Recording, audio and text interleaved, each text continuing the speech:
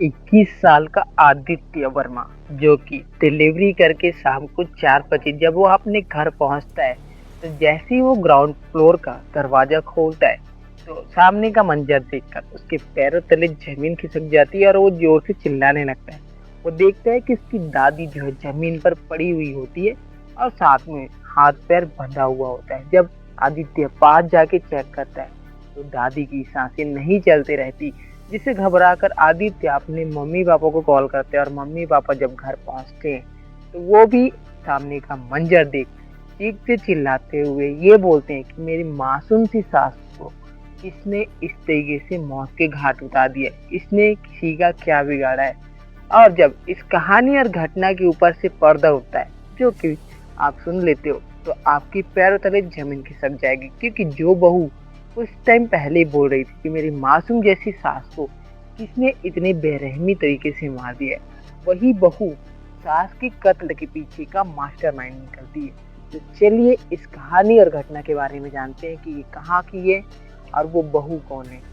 तो चैनल पर नए हो तो चैनल को सब्सक्राइब कर लीजिए। ये कहानी और घटना जो है उत्तर प्रदेश की राजधानी लखनऊ से है, जहाँ पे एक मिडिल क्लास फैमिली हुआ करता था। वहाँ पे निर्मला देवी घर की मुखिया थी, उसका एक बेटा और एक बहू, और उस निर्मला देवी के 3 पोते पोतियाँ थी।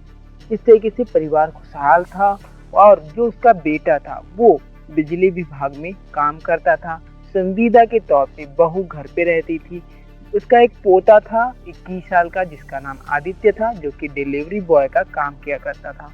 और एक 15 साल की बेटी थी, जो कि अपने मामा के घर पे रह के पढ़ाई कर रही थी। और एक 1.5 साल की छोटी बच्ची थी, जो कि घर में रहती थी।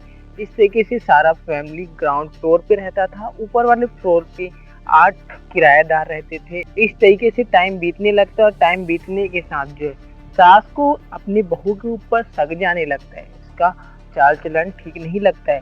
तो फिर सास जो है बहू के ऊपर नजर रखना स्टार्ट कर। और जो रंजना वर्मा का अफेयर उसके खुद के किराएदार के साथ चल रहा था, जिसकी उम्र 22 साल थी।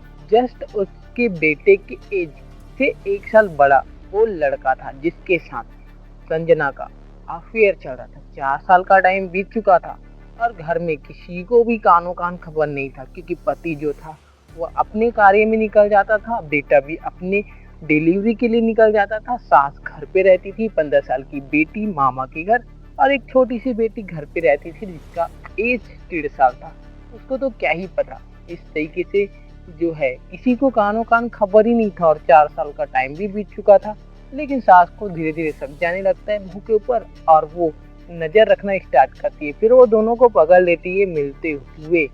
फिर जो है सास जो है अपनी बहू को समझाने लगती है कि बेटे के उम्र के लड़के के साथ तुम ये सब चीज कर रही हो, क्या तुम्हें शोभा देता है। इस तरीके से बोलने के बाद जो है इस तरीके से होने के बाद अब रंजना वर्मा को डर लगने लगता है कि कहीं उसकी सास उसका पति घर पे आएगा तो सारी बात बता ना दे।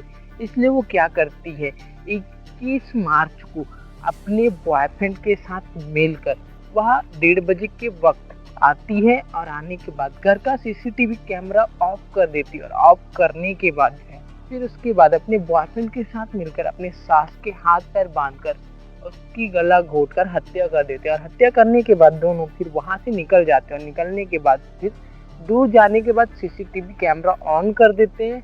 और ऑन करने के बाद जब 4 बजे बेटा आदित्य घर में एंट्री करता है, तो सामने का मंजर देखकर उसके पैरों तले जमीन खिसक जाती है। और खिसकने के साथ वो अपने मम्मी पापा को कॉल करता है और मम्मी पापा जो आते हैं फिर ड्रामा करने लगती है बहू की इसके साथ मेरी सास की इतनी दुश्मनी थी कि मेरी मासूम जैसी सास को मौत के घाट उतार दिया। इस तरीके से बहू बोलकर रोने लगती है। फिर पुलिस आती है। पुलिस आने के बाद जब फॉरेंसिक टीम भी पहुंचती है, तो पहुंचने के बाद सब जाने लगता है कि हो ना हो कातिल घर का ही है। फिर डॉग आते हैं। डॉग जो है सूंघते सूंघते उस लड़के के रूम पे पहुंच जाते हैं, जहां पर 22 साल का राजन शर्मा रहा करता था। राजन शर्मा घबरा जाता है और घबराने के साथ इधर उधर भागने लगता है। भागने के साथ जो पुलिस उसे पकड़ लेती है और घर का सीसीटीवी चेक किया जाता है, तो 1:30 बजे से लेकर 4 बजे तक सीसीटीवी कैमरा बंद था। इस तरीके से होने के बाद जब उस लड़के को हिरासत में लेके कड़ाई से पूछताछ की जाती है, तो लड़का जो है टूट जाता है और टूटने के साथ सारी घटनाएं बता देता है।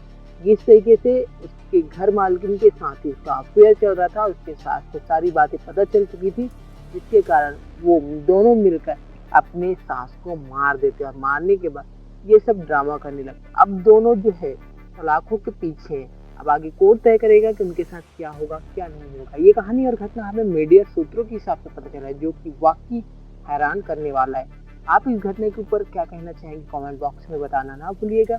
मिलते हैं नेक्स्ट वीडियो में, तब तक के लिए खुद खुश रहिए और अपने फैमिली को भी सतर्क और सुरक्षित रखिए।